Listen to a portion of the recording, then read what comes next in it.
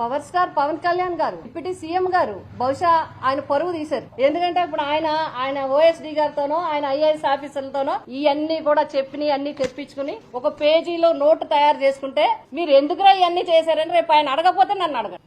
మీరు 14 నుంచి 19లో విపరీతమైన కేసులు పెట్టారు, ఏరువాక సాగేశారు, మొత్తం సర్జను రద్దు చేస్తా ఉన్నారు. ఎలా రద్దు చేస్తారు? అప్పుడు మేము ఇదే ప్రశ్నించాం. ఇన్ని జరిగిపోయి భూములన్నీ ఎక్కడో బ్యాంకుల్లో తాకట్లు పెట్టేసి ఇంత లీగల్ ప్రాసెస్ జరిగిపోయిన తర్వాత మాజీ ముఖ్యమంత్రి గారు సర్జరీ రద్దు చేస్తామని ఎలా ఇస్తారని అందరం కూడా మాట్లాడడం జరిగింది ఆ రోజు. అయినా రద్దు చేసేస్తారంటే పాపం రైతులు నమ్మారు, రద్దు చేశారు. ఏం రద్దు చేశారు? తీసుకొచ్చి ఈ ఎవరైతే పోరాట కమిటీ ఉన్నారో ఆ పోరాట కమిటీని పక్కన పెట్టి వాళ్ళకి కావలసిన కమిటీ వేసుకొని ఆ కమిటీ ద్వారా 3 లక్షలు 5 లక్షలు కింద 9 లక్షలు ఇవ్వడానికి ఏదో మొత్తం చేసి ఈ పోరాటం మాకు అదొద్దు అన్న వాళ్ళ మీద కేసులు పెట్టి సెంట్రల్ జైల్లో పెట్టారు. జగన్ గారు వచ్చిన తర్వాత ఇవన్నీ తీసి కేసులన్నీ కూడా తీసివేయడం జరిగింది. కానీ జగన్ గారు చేసిన మేలుని మీ మేలు కింద మాత్రం చెప్పుకోవటం కరెక్ట్ కాదు అని నా అభిప్రాయం, మా అందరి అభిప్రాయం. కాబట్టి ఈ సెజ్జ రైతులకు సంబంధించి సెజ్జకి న్యాయం చేసింది, సెజ్జ రైతులకి న్యాయం చేసింది, సెజ్జ ప్రాంతాలకి న్యాయం చేసి సెజ్జ గ్రామాలు తిరిగి ఇచ్చింది,